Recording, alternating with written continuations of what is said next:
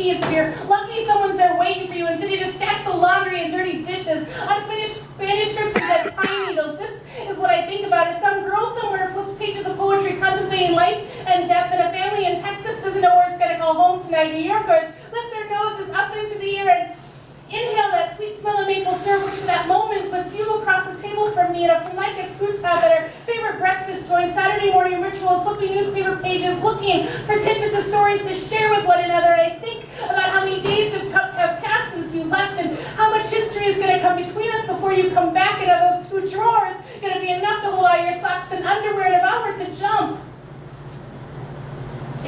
to jump, would they give my carcass away like that deer meat to the first interested people who happen to pass by?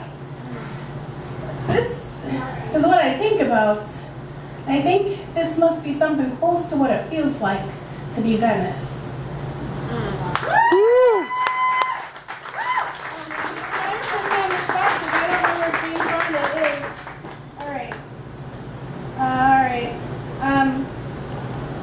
There it is. All right. Yeah. Okay, Dave. Thank you. I'll buy something now. Pandering to the crowd. All right. Here we go. All right. Have you ever heard this one? I don't think I have. All right. Well, this is all Dave's new favorite moments. Before Jane Fonda, the VCR was a Sony wet dream.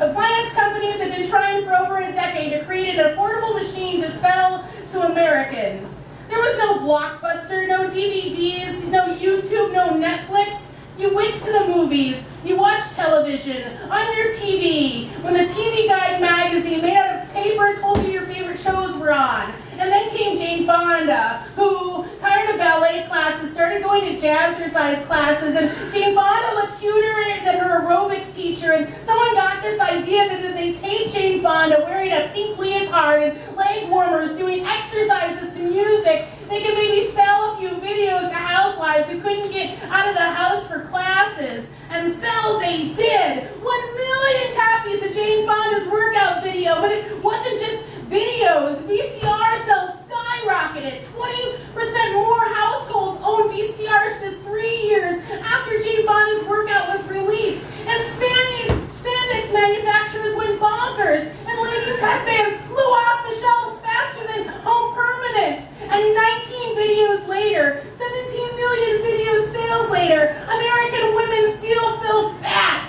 But they can sit at home with their videos, eating microwave popcorn, movie butter popcorn, wearing fluorescent spandex bodysuits if they want to. But this isn't about body image. This is about how another drive-in movie theater closed, and there's only like one left within 60 miles of here. And maybe I'm being a bit nostalgic, but I think everyone should experience a drive-in movie. But Hollywood is getting rid of film, and like family farms and mom-and-pop diners, the drive-ins can't afford the upgrades. There will be no more reasons for cramming 8 of your closest friends into the trunk of your car. No more memories of watching E.T. during a thunderstorm, or Grease the movie will become even more obsolete than Grease the musical. But this isn't about how Hollywood or about... God, but this isn't about Hollywood or about how video killed the radio star. It's about how Jane Fonda ruins everything.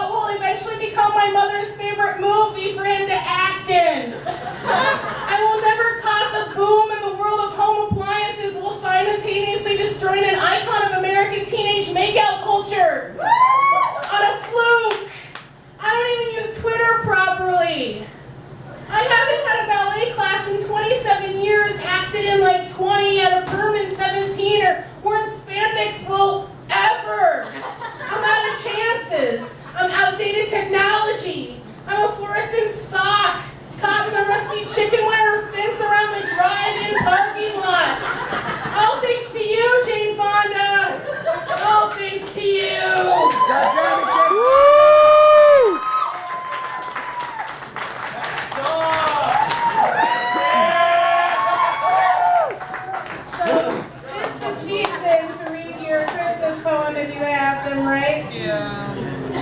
All right, I have one. You guys sounded really excited about that. If it's about killing Santa, I'm all for it. It's not about Pro that. Grinch before he sells out, I'm for it. So this is about my favorite. This is about my favorite. It was inspired by my favorite Christmas window display ever. Aww. This is called "Someone Sucked the Fun Out of Christmas" by Cynthia French. It says everything. Just reading people.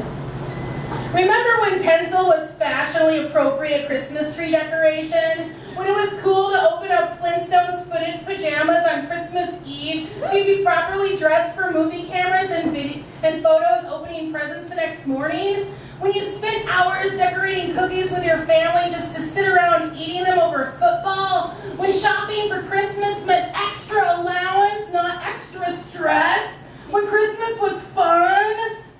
It just isn't the same anymore. Tinsel is tacky, pajamas replaced, no time for cookies, no times to unwrap, no allowance. Now you spend hours waiting in lines at airports, stuck in blizzards trying to get home. You worry about paying your bills because to your 3 part-time employer's vacation pay means about as much as orange alerts or world peace. And these 5 days that you've taken off, plus the $500 you shelled out for your plane ticket, are going to leave your checking account as barren as Afghanistan post-Bush.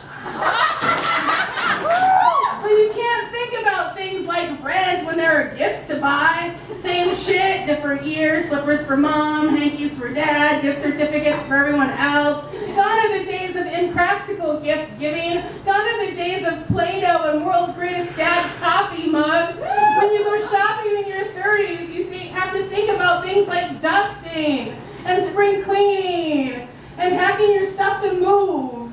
And you incorporate those past devastating experiences into every gift you give. What's practical yet creatively ingenious? What's going to make them smile and crown you the best gift picker outer ever?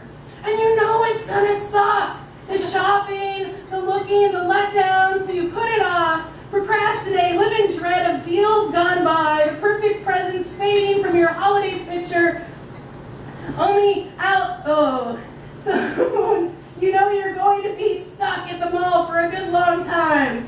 And it's a bipolar Christmas at best, between tacky lawn decorations and overseas boyfriends, between mother's mood swings and dad's blaring rerun watching marathons, between gift wrapping and security checkpoints, between bitchy holiday shoppers in for a lunch and hot caramel apple cider. I do my best to find the holiday bug that doesn't make me barf up angel meat. Someone sucked the fun out of Christmas. So you search for stuff to shove back in frantically, like you're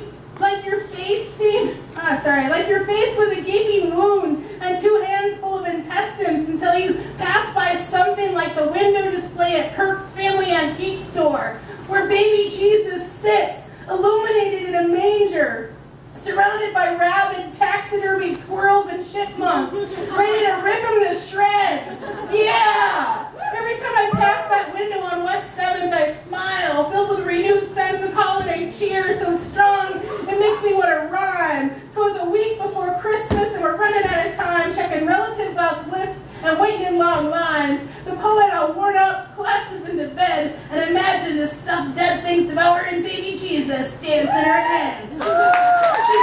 She takes time out to slam next to a glowing tree light to say Merry Christmas to all, and to all a great night.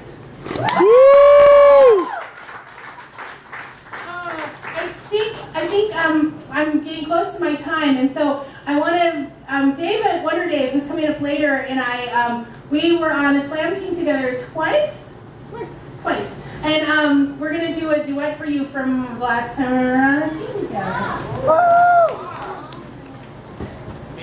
First time this has been performed since 2011. Yeah! 2010. All right. You made me realize my kitchen appliances were unsatisfactory. Each week we spent together, a new desire was added to the list. coffee maker, waffle iron, grill, bread maker, deep fryer, hand mixer, toaster oven, knife sharpener, crock pot. pot. When you showed up in my apartment with just a backpack, I thought this transition would be easy, but soon you were dragging me around town picking out kitchen appliances I never knew I needed. So now I have all this shit. I don't even know what type of crock to put in the damn pot. My apartment is littered with little pieces of you. A guitar I do not know how to play. A signed illustration from your favorite comic book. The I Heart Wonder Dave t-shirt you made me. The bottle of your cologne. Our blue The comforter. diamond ring you asked me to wear without proposing. Ow. 3 condoms since expired. I want my apartment back. Before it was an apartment missing you. The counter space. Where the coffee maker sits. The void in the Where closet. you hung your leather jackets. The left side of the bed. Instead of you, I have your meat cleaver. And oh, the things I'd like to cleave. I want to Lorena Bobbitt your dick from my bedroom. Eternal sunshine the crap out of you. Quantum leap to a dimension where we never existed. Make you fade like a Back to the Future photograph.